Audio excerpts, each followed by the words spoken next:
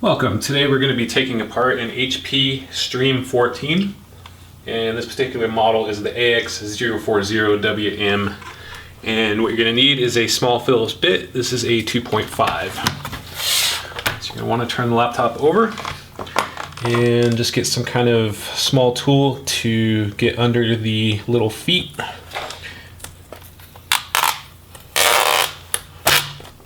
And you're just going to peel those feet off and set them aside for now.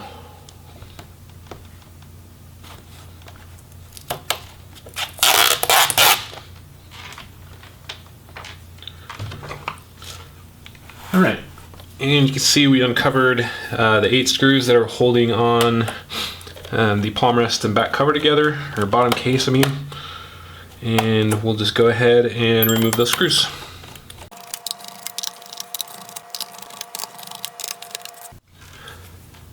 Alright, so once we have those screws out, we are going to find the seam here on the palm rest, where the bottom case and the palm rest meet, and we're just going to get a flat tool and go along the edge until we've separated the two pieces.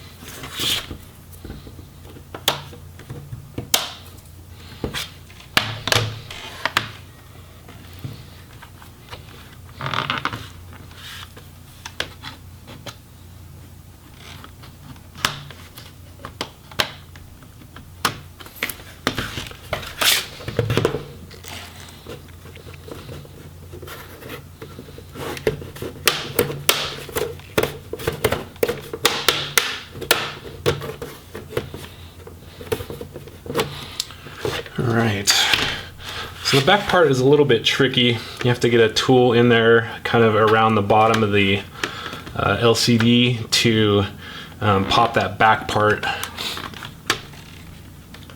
But if you have a long enough tool, it'll get in there and separate them.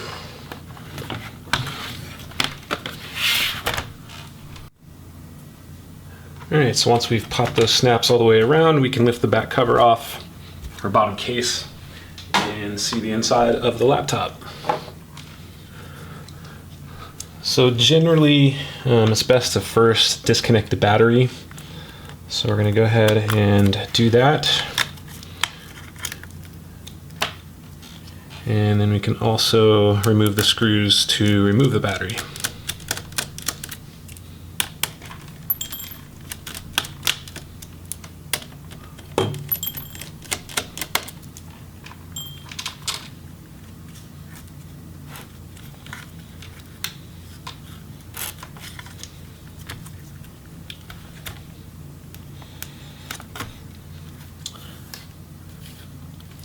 Alright, so this seems to be more than just a connector right there, so we'll go ahead and remove the kind of the battery port here.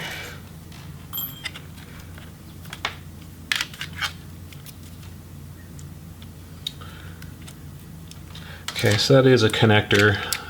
It just wasn't going to lift off there with that part number sticker. But once you've taken off the screws for the battery, it should just go ahead and lift up and out. And then, of course, we can also remove that battery connector. Alright, so the DC jack is tucked under the hinge, so we'll go ahead and wait on that, but we can get the Wi-Fi card. So we'll just pull up on those antennas, and that'll pop them off of the Wi-Fi card. And since we'll be separating the display as well, we'll go ahead and thread the rest of the wires out of the palm rest.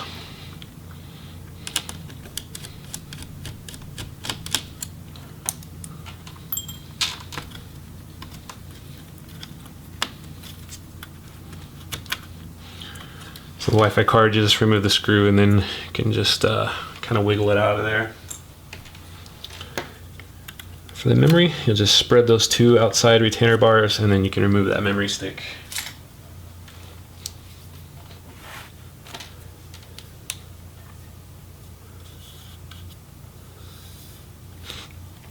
Alright, so it looks like we're pretty close to being able to remove the motherboard. So we're just going to disconnect the various cables and ribbons that are going to the motherboard. And with the keyboard type of retainer, you just flip that part up and then you can remove that ribbon. Same for the touchpad. The pram battery is going to stay connected to the motherboard, so don't remove that little connector, but you can remove the one for the speakers.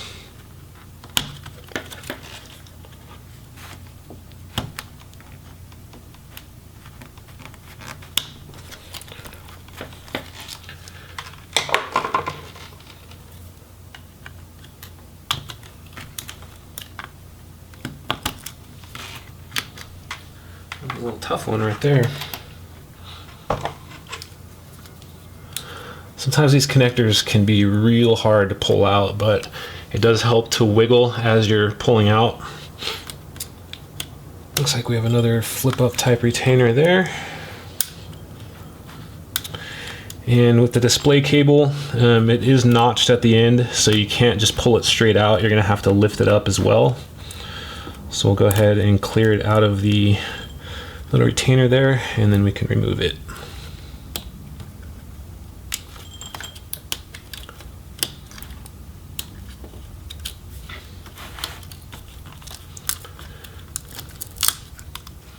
Alright, so we'll give a quick double check. It looks like the ribbons have been removed. And we are good to remove the screws for the motherboard.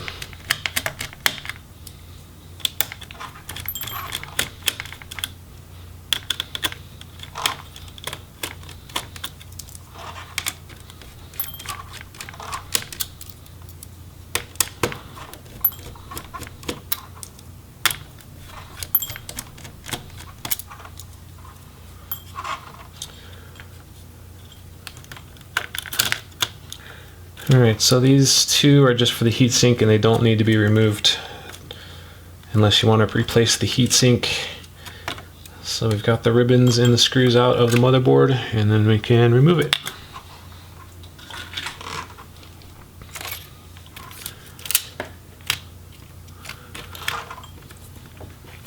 Alright, looks like we are ready to remove these hinge screws. You can do it one of two ways. We can just remove the screws as it sits, and then we'll manually bend those hinges open, or you can just open the display and remove the screws after you've opened it up all the way. In this case, I'm going to go ahead and just remove the screws and manually open the hinges so that we can remove the palm rest.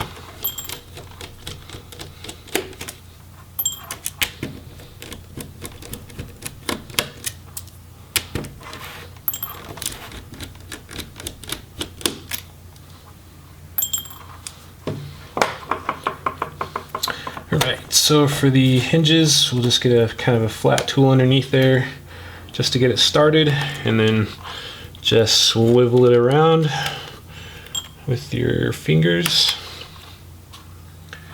And once you do that, you can remove the palm rest from the display assembly. The keyboard does not look removable. The touchpad does, so it looks like just a few screws here on the top to remove that touchpad. Speakers are just kind of popped in there, and then since we have this DC jack free, once we've removed that hinge, we'll go ahead and finish removing the DC jack. It just pops out.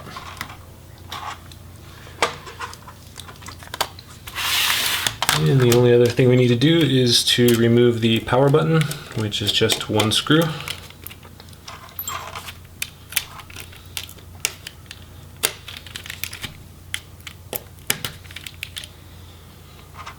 And just pop it out of there.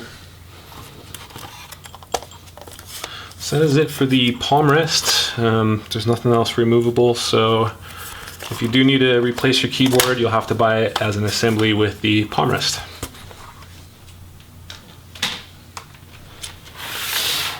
Alright, so for the display assembly, these are actually pretty cheap right now, so I would recommend, if you do have a cracked screen, just buy the whole assembly here. But if you just need to replace a component, you're going to basically separate the bezel from the back cover. So we will go ahead and just separate the two so you can see inside. So we're going to get the seam between the bezel and the back cover and just start working it around.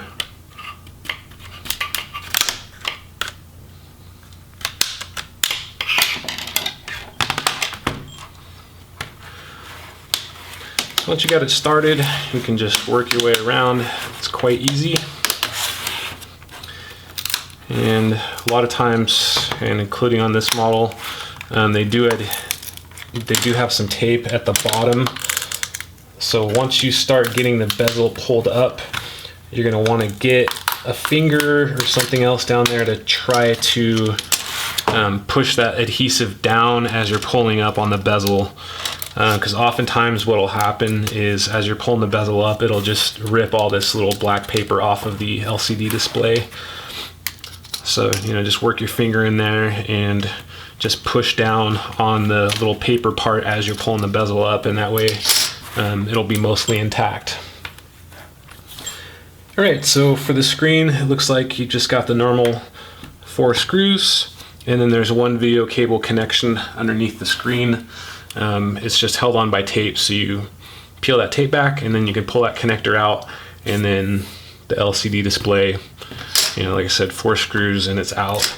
And then for the hinges, it looks like a few screws on each side, and the webcam and the Wi-Fi antennas, the cables are routed to the outside, and these are held on just by adhesive.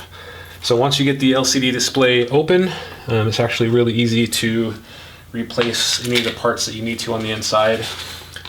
But with this model, the complete LCD display assemblies are actually really cheap, so if you need to replace it, it might be worth considering just buying the whole assembly and replacing it that way.